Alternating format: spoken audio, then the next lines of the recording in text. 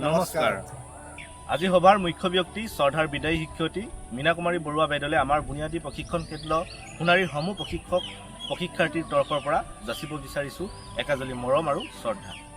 এই কেন্দ্ৰলৈ আগবঢ়োৱা তেখেতৰ সততা, নিষ্ঠা, ত্যাগ, কষ্ট সহিষ্ণুতা, ধৈৰ্য, দয়া, একাগ্ৰতা, সাহসিকতা আদি গুণেৰে জীৱনৰ বহুমূলীয়া সময় শ শ শিক্ষাৰ্থীৰ বাবে উৎসৰ্গা কৰিলে।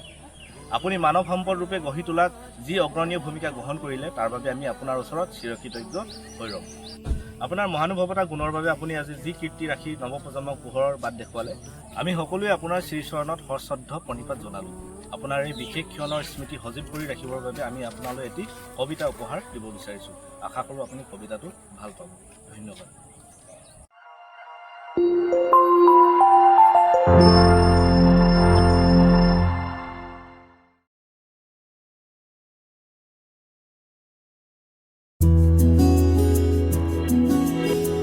কবিতাৰ শিৰোনাম জ্ঞানৰ জোনাকী। অবিৰাম অবিশ্ৰান্ত তেওঁৰ খোজ,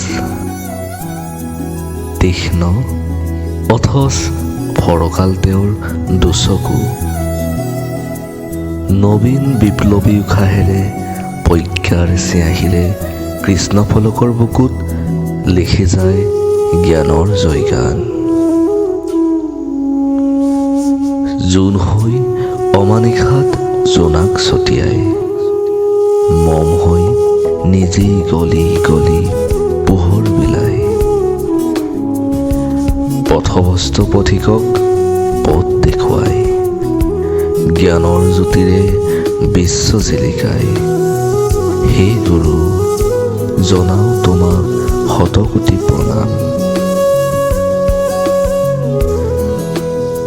তুমি পূজিত, বন্দিত, মহিমা মণ্ডিত, আকাশৰ দৰে বিশাল তুমি, সাগৰৰ দৰে গভীৰ ক্লান্ত তুমি, প্ৰকৃতিৰ দৰে নিস্বাৰ্থ তুমি, মাতৃৰ দৰে মমতাময়ী তুমি, জীৱন ৰথৰ সাৰথি তুমি। হে গুৰু, জনাও তোমাক শতকোটি প্ৰণাম। পথৰ ধূলিবোৰেও মেলানি মাগিল তোমাৰ সাধনাতে। হে গুৰু, শতকোটি প্ৰণাম তোমাক। হে গুৰু, দিয়া আমাক একাজলি আশীষ বৰাই। হে গুৰু, শতকোটি প্ৰণাম তোমাক, শতকোটি প্ৰণাম তোমাক, প্ৰণাম তোমাক, প্ৰণাম তোমাক।